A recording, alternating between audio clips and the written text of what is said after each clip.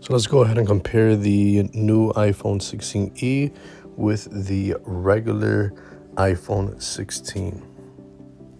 So first, let's start off with the price. The iPhone 16e is a $600 device versus the $800 to $830 starting price for the iPhone 16. So price-wise, the iPhone 16e is, just a cheaper overall device.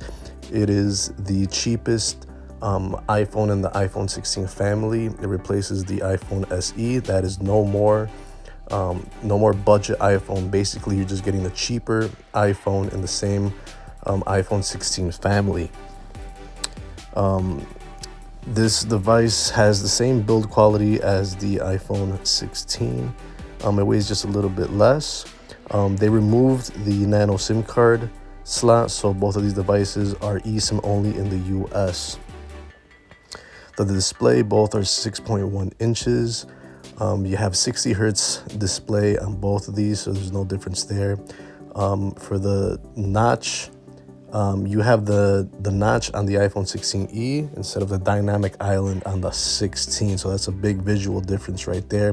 But functionality wise, you're just getting a little bit of cooler effects with the dynamic island. Not too much of a practical use difference right there. Both of these are running iOS 18, and we'll get several years of updates thanks to both of these having the exact same Apple 18 chip. So you got like 7 years of updates on both of these. Starting storage, both are 128 gigs and both have 8 gigs of RAM. So internally, the iPhone 16e is the exact same as an iPhone 16. Same storage, same amount of RAM, same chip. Very important right there. Now moving on to the camera, an obvious difference right here. The iPhone 16e has a single 48 megapixel camera, while the iPhone 16 has that extra 12 megapixel ultra wide. So you're basically just losing the ultra wide camera on the iPhone 16e. Both shooting in 4K, and both have that 4K 12 megapixel camera in the selfie. Both have Bluetooth 5.3, and both of these are rocking the USB Type-C. So a lot of similarities right here. Both have Face ID, but like I said, you have the notch on the 16e versus the dynamic island on the 16. Battery-wise, this is a very, very nice upgrade on the iPhone 16e. It boasts the best battery life in any 6.1-inch iPhone. Apple says it gives you 26 hours of video playback. So that's pretty nice. It is thanks in part to this new the C1, the cellular modem made from Apple.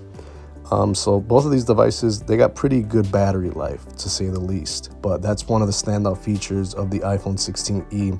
That's the most notable feature of having a cheaper device that has better battery life than any of its similarly sized phones. Some other notable differences is that you don't have MagSafe on the iPhone 16e. But other than that, you're getting pretty much the same exact features, the same exact power, but at $200 less. So I think it's a very welcome addition. This is not a new version of the iPhone SE. This is pretty much just a cheaper version of the iPhone 16. And I think it's a very good compromise because all you're really losing in all reality of pure functionality is an ultra wide camera. That's the only thing you're losing from dropping the iPhone 16 down to the 16e. Another thing that the iPhone 16e shares with the iPhone 16 has the action button. So you do have these newer type of features like USB-C and the action button. So all I gotta say is that the iPhone 16e is the better deal here.